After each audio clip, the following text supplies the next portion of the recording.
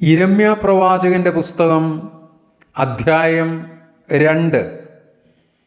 യഹോവയുടെ അരുളപ്പാട് എനിക്കുണ്ടായതെന്തെന്നാൽ, നീ ചെന്ന് യെരൂശലേം കേൾക്കെ വിളിച്ചു പറയേണ്ടത്, യഹോവ ഇപ്രകാരം അരുളിച്ചെയ്യുന്നു, മരുഭൂമിയിൽ വിതയ്ക്കാത്ത ദേശത്തു തന്നെ നീ എന്നെ അനുഗമിച്ചു നടന്ന നിന്റെ യൗവനത്തിലെ ഭക്തിയും വിവാഹം നിശ്ചയിച്ച കാലത്തിലെ സ്നേഹവും ഞാൻ ഓർക്കുന്നു.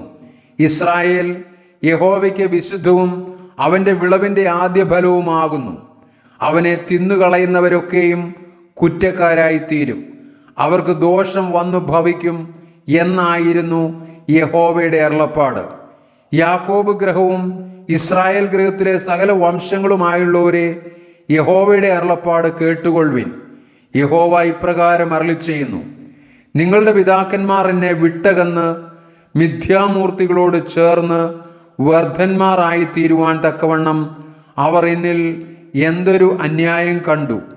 ഞങ്ങളെ മിസ്രയീം ദേശത്തു നിന്ന് പുറപ്പെടുവിച്ച് പാഴ്നിലവും കുഴികളുമുള്ള ദേശമായി, വരൾച്ചയും കൂരിരുളുമുള്ള ദേശമായി, മനുഷ്യ സഞ്ചാരമോ ആൾപ്പാർപ്പോ ഇല്ലാത്ത ദേശമായ മരുഭൂമിയിൽ കൂടി ഞങ്ങളെ നടത്തിക്കൊണ്ടുവന്ന യഹോവ എവിടെയെന്ന് അവർ ചോദിച്ചില്ല. ഞാൻ നിങ്ങളെ ഫലവത്തായൊരു ദേശത്ത് അതിൻ്റെ ഫലവും ഗുണവും അനുഭവിപ്പാൻ കൂട്ടിക്കൊണ്ടുവന്നു.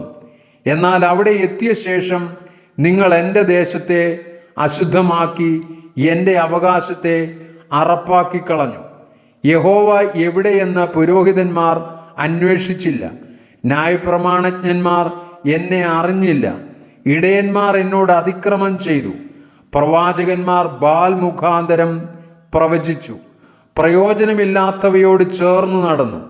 അതുകൊണ്ട് ഞാൻ ഇനിയും നിങ്ങളോട് വ്യവഹരിക്കും, നിങ്ങളുടെ മക്കളുടെ മക്കളോടും ഞാൻ വ്യവഹരിക്കുമെന്ന് യഹോവയുടെ അരുളപ്പാട്.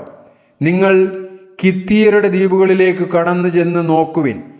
കേദാരിലേക്ക് ആളയച്ച് നല്ലവണ്ണം അന്വേഷിച്ച് ഇതുപോലെ സംഭവിച്ചിട്ടുണ്ടോ എന്ന് നോക്കുവിൻ. ഒരു ജാതി തൻ്റെ ദേവന്മാരെ മാറ്റിയിട്ടുണ്ടോ? അവ ദേവന്മാരല്ലതാനും.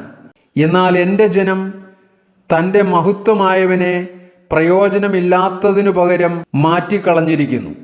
ആകാശമേ, ഇതിങ്കൽ വിസ്മയിച്ച് ഭ്രമിച്ച് ഏറ്റവും സ്തംഭിച്ചു പോക എന്ന് യഹോവയുടെ അരുളപ്പാട്.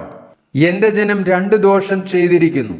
അവർ ജീവജലത്തിൻ്റെ ഉറവായ എന്നെ ഉപേക്ഷിച്ച് വെള്ളമില്ലാത്ത കിണറുകളെ, പൊട്ടക്കിണറുകളെ തന്നെ കുഴിച്ചിരിക്കുന്നു.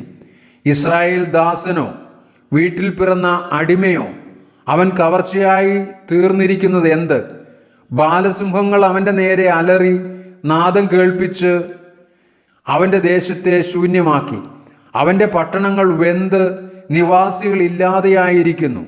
നോഫ്യരും തഹപ്പനേസ്യരും നിന്റെ നെറുകയെ തകർത്തു കളഞ്ഞിരിക്കുന്നു. നിന്റെ ദൈവമായ യഹോവ നിന്നെ വഴി നടത്തിയപ്പോൾ അവനെ ഉപേക്ഷിക്കൊണ്ടല്ലയോ നീ ഇത് സമ്പാദിച്ചത്? ഇപ്പോഴോ മിസ്രൈമിലേക്കുള്ള യാത്ര എന്തിന്? ശീഹോരിലെ വെള്ളം കുടിപ്പാനോ? അശൂരിലേക്കുള്ള യാത്ര എന്തിന്? ആ നദിയിലെ വെള്ളം കുടിപ്പാനോ? നിന്റെ ദുഷ്ടത തന്നെ നിനക്ക് ശിക്ഷയും നിന്റെ വിശ്വാസത്യാഗങ്ങൾ നിനക്ക് ദണ്ഡനവുമാകും.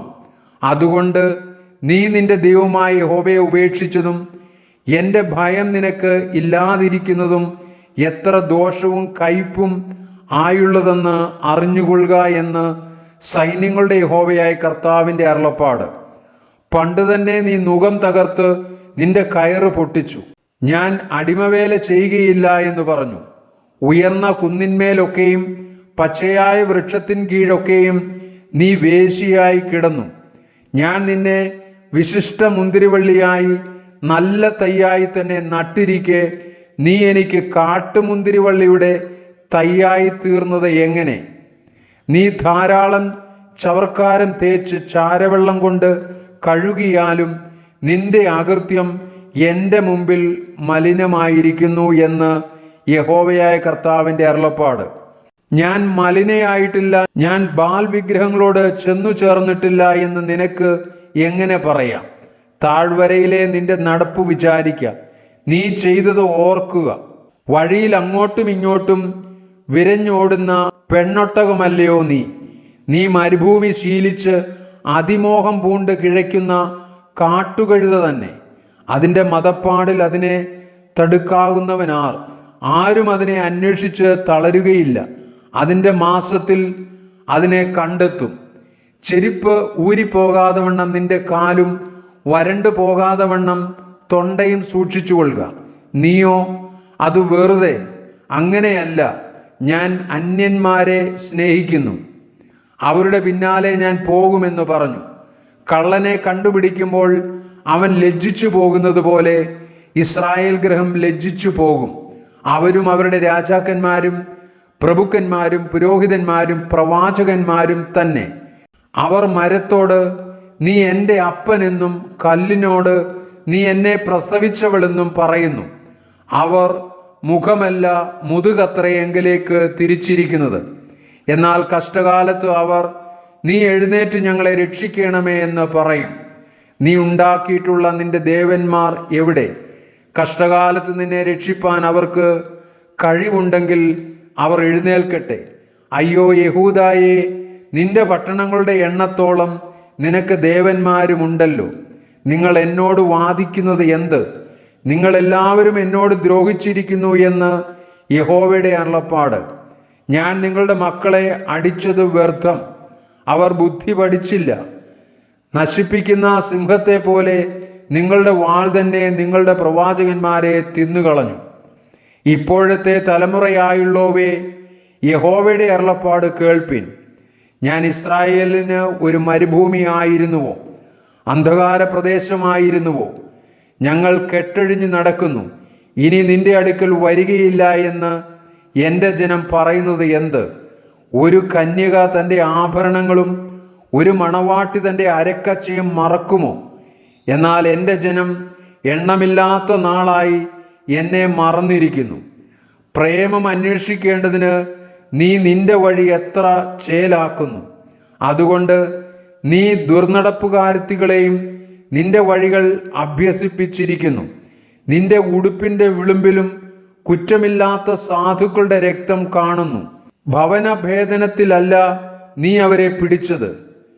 ഇവയെക്കുറിച്ചൊക്കെയും ഞാൻ ന്യായവാദം കഴിക്കും.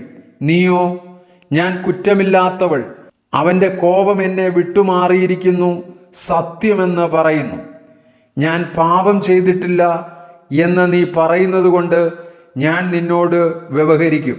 നിന്റെ വഴിയെ മാറ്റേണ്ടതിന് നീ ഇത്ര തെണ്ടി നടക്കുന്നത് എന്ത്? അശൂരിങ്കൽ നീ ലജ്ജിച്ചതുപോലെ മിസ്രൈമിങ്കലും ലജ്ജിച്ചു പോകും. അവിടെ നിന്നും നീ തലയിൽ കൈവച്ചും കൊണ്ട് ഇറങ്ങിപ്പോരേണ്ടി വരും. നീ ആശ്രയിച്ചവരെ യഹോവ തള്ളിക്കളഞ്ഞിരിക്കുന്നു. അവരെ കൊണ്ട് നിനക്ക് ഒരു ഗുണവും വരികയില്ല.